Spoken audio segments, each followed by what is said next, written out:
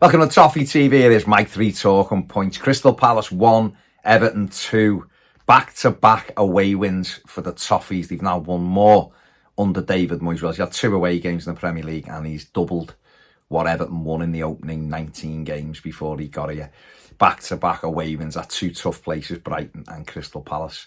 And an outstanding result. I said on my match reaction, and I'm sticking with it, the best win under David Moyes so far since he come back, given our circumstances with players, so many players being out injured, lads having to battle and scrap, 3rd game in a week, few days after a really taxing 100 minutes, well more than that because the first half was 50 minutes as well. So Merseyside derby, all the emotion that went with that, to go down to London against a good side and to win a game like that with a threadbare team, with 2 goalies, 3 kids on the bench, 2 defenders and a midfielder only just returning from injury, is an absolutely unreal result for us right now, and we should all be absolutely delighted with it.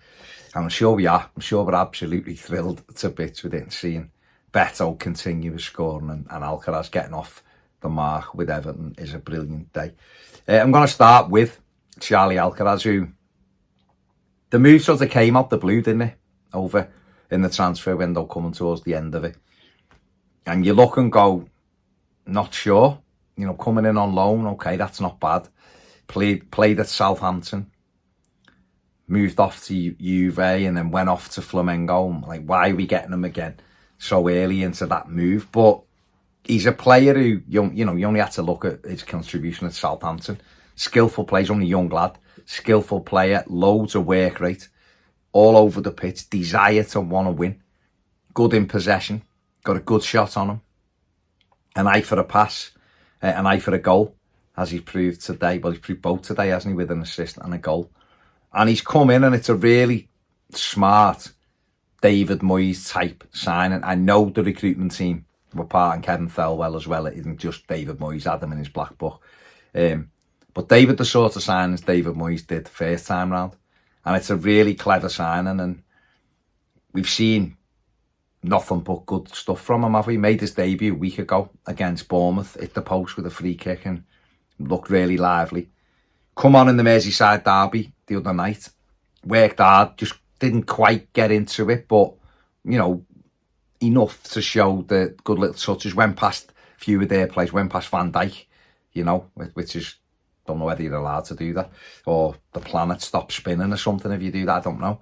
But he proved that the other night, that he has got that dribbling ability. And David Moyes has put him in today. He's had to play. He's put him in for his first start, and the lad's come up with an assist and a winning goal.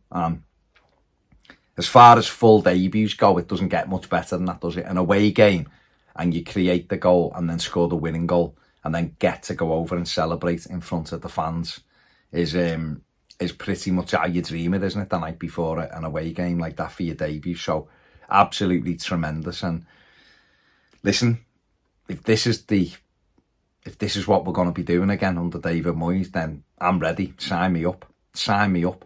Going after players like this, we saw it in his first time round. You know, people like Steven Pienaar, Mikel Arteta, players who had lost the way maybe a little bit. Good players, good ability, but we're not maybe doing what potentially they should be doing.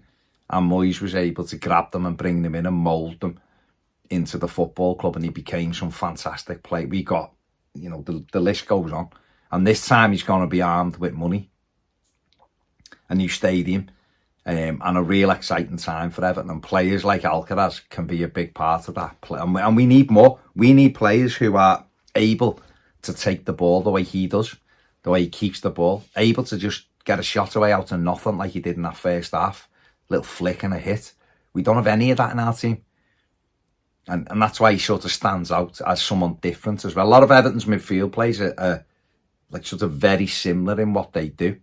And he's totally different to that profile. So brilliant. And I've been really, really pleasantly surprised with him, with the way he's fitted in so quickly. And that today is fantastic, and he'll be absolutely buzzing all the way home, and deservedly so. He ran his socks off today. Another player who ran his socks off today is Betto. I can't let this go, do this video without talking about Betto today, because it's when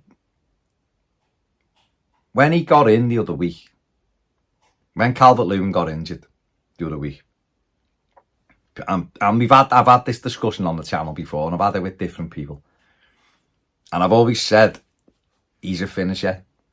You have to play to his strengths. You have to get the ball in front of him. You get the ball in front of him, he's a real threat.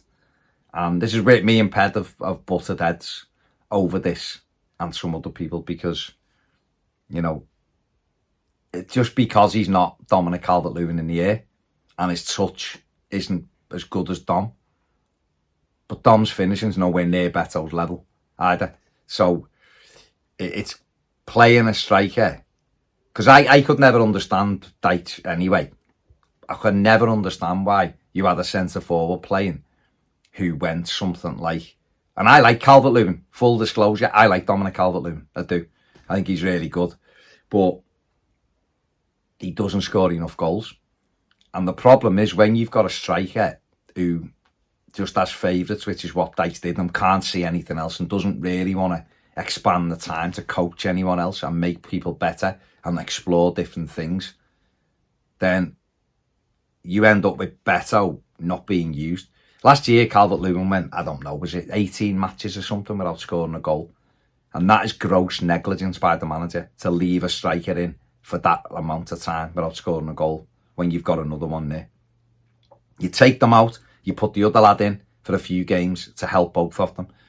So Betto was never ever used, was never given a chance. So people have formulated this thing in their minds, some people, that he was terrible. So we had a thing the other week where we were talking about it, and I just said, we've got to stop talking about him like he's a goalkeeper playing up front, because he's a lad who, if you create goals, will score. Loads of people in the comments saying the same. The lad deserves a chance, give him a chance, why not?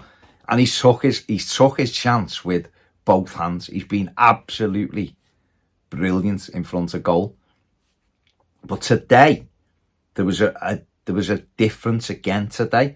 And David Moyes, first time round, was brilliant at polishing players up.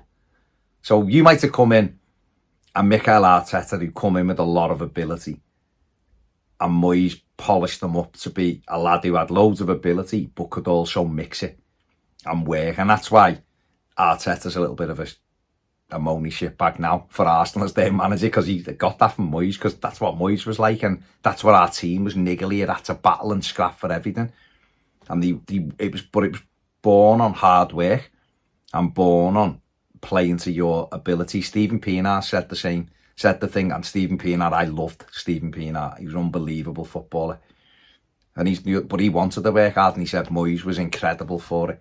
The hard work, get that drilled into you, then everything else flows from it. Someone like Tim Cahill, who wasn't the most natural footballer, as in technical ability, he was a good player, Tim. Unbelievable work rate, unbelievable attitude, fantastic in the air. Become key for us, and such an unbelievable player for Everton in terms of sign. You know, when the big games were on, he would turn up all the time for us, Cahill. And Moyes had a history of doing that. But the biggest example is Strachwelesi, who makes Betto look like Kylian Mbappe.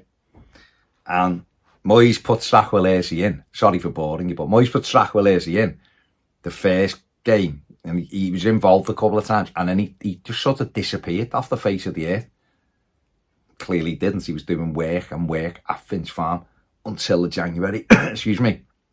And then Moyes used him. We had a couple of injuries, and he used him. By the time he brought him back in, Strachwelesi was sort of ready to go into the team, and he scored a few key goals and got 2 against Fulham in a cup game, scored against Chelsea when they were top of the league, or second, we beat them, and he just polished up that diamond, and he done it with other players as well.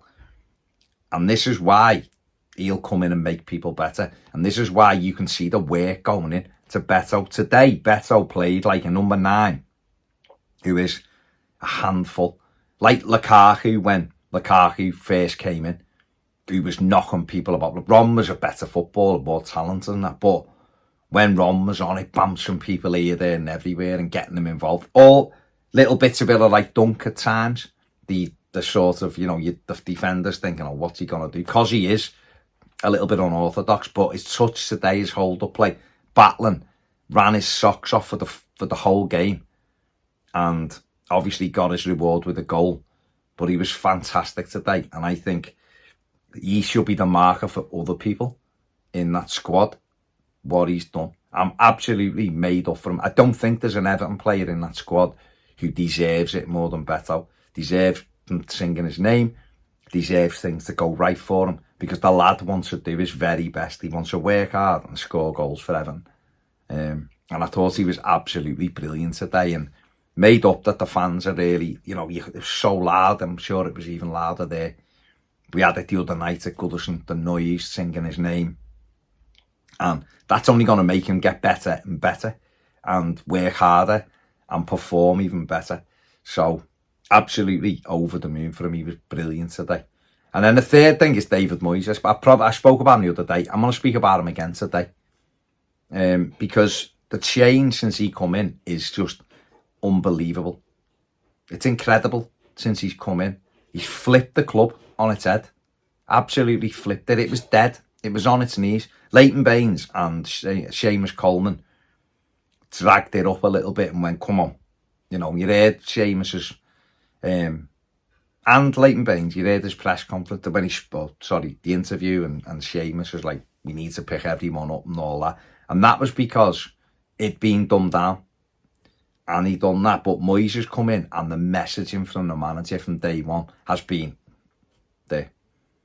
We want to get to Europe. We want to build a team that's been able to fight for cups. We want to build a team. The dream is to build a team that can challenge for the Premier League. Whether you get there, it's irrelevant. Well, it's not. I hope we do. But you have to have them aims. And them aims shook everyone, because they'd heard someone who was probably being told as well that the aim is just to finish 17th. You're not good enough to play football. You're not good enough to do this. You're not good enough to do that. And the man just come in and flipped that, because obviously TFG are in now and their aims are different.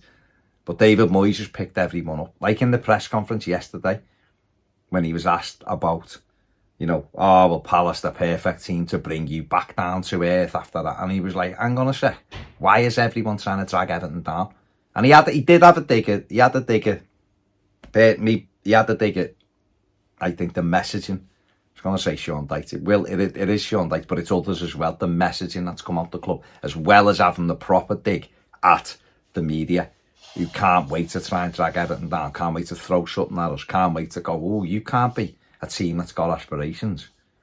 Because obviously they're littered with fans of clubs that, other clubs, not mentioning any names. So it was great to hear him go, let's just leave Everton aiming high. Let's leave Everton feeling good about themselves, right?